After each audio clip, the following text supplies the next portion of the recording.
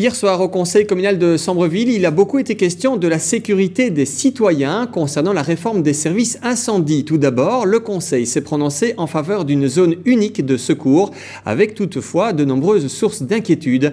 Inquiétude aussi concernant le service incendie de Sambreville. Un rapport d'audit révèle en effet un profond malaise. Il y est question de conflits ouverts, de formations insuffisantes et même d'actes présumés de sabotage.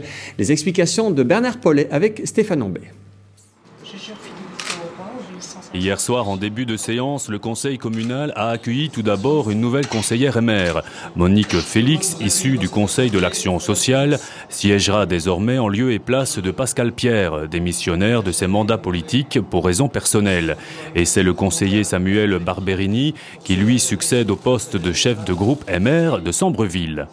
À l'ordre du jour également, la vente des recharges pour briquets. Dorénavant et en attendant une solution du fédéral, elle sera interdite aux mineurs dans l'entité, en tout cas jusqu'en juillet prochain.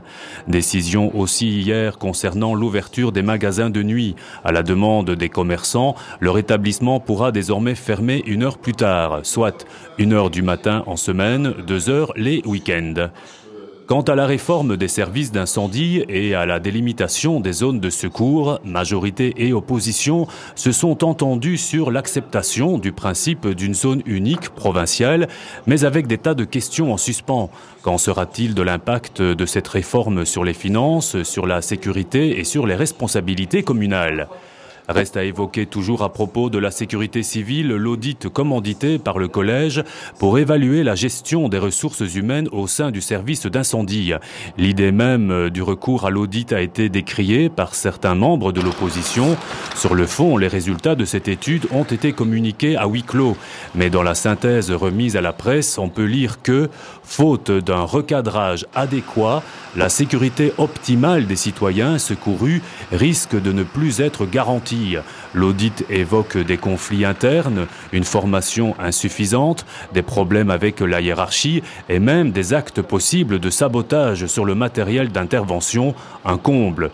Réaction du bourgmestre, il faut rassurer la population. Les gros incidents survenus récemment ont d'ailleurs été très bien pris en charge par le corps des pompiers de Sambreville.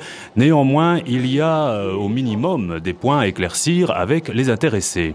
Parce qu'on ne peut évidemment pas considérer normal qu'on puisse, pour autant que ceci se justifie et soit vrai, saboter du matériel, par exemple, pour régler des problèmes avec un clan adverse. Enfin, je veux dire, ça c'est inacceptable. Et donc, si ceci devait exister, l'autorité locale serait sans faille dans sa sanction par rapport à ça, parce qu'on a là un corps qui est prioritairement dans le service public et au service du public.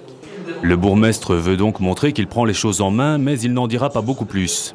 Vous, en tout cas, redonnez toute votre confiance à l'autorité du service d'incendie de Sambreville.